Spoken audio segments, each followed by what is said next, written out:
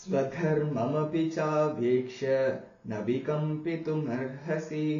धर्म्याधियुद्धाच्छ्रेयोऽन्यत् क्षत्रियस्य न विद्यते यदृच्छया चोपपन्नं स्वर्गद्वारमपावृतं सुखिनः क्षत्रियाः पार्थ लभन्ते युद्धमीदृशम् अत चेत्त्वमिमं धर्म्यं सङ्ग्रामं न करिष्यसि ततः स्वधर्मं कीर्तिं च हित्वा पापमवाप्स्यसि अकीर्तिं चापि भूतानि कथयिष्यन्ति ते व्ययाम् सम्भावितस्य चाकीर्तिः मरणादतिरिच्यते भयाद्रणादुपरतं मंस्यन्ते त्वां महारथाः येषां च त्वं बहुमतः भूत्वा यास्यसि लाघवम् अवाच्यवादांश्च बहून् वदिष्यन्ति तवाहिताः निन्दन्तस्तव सामर्थ्यं ततो दुःखतरन्नु किम् हतो वा प्राप्स्यसि स्वर्गं जित्वा वा भोक्ष्यसे महीम् तस्मादुत्तिष्ठ कौन्तेय युद्धाय कृतनिश्चयः ततो समदुःखे सुखे कृत्वा लाभालाभौ जयाजयौ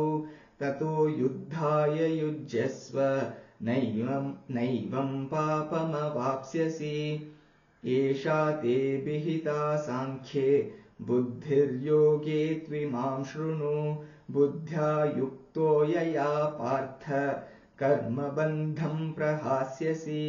नेहाभिक्रमनाशोऽस्ति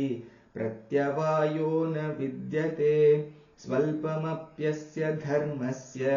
त्रायते महतो भयात् व्यवसायात्मिका बुद्धिः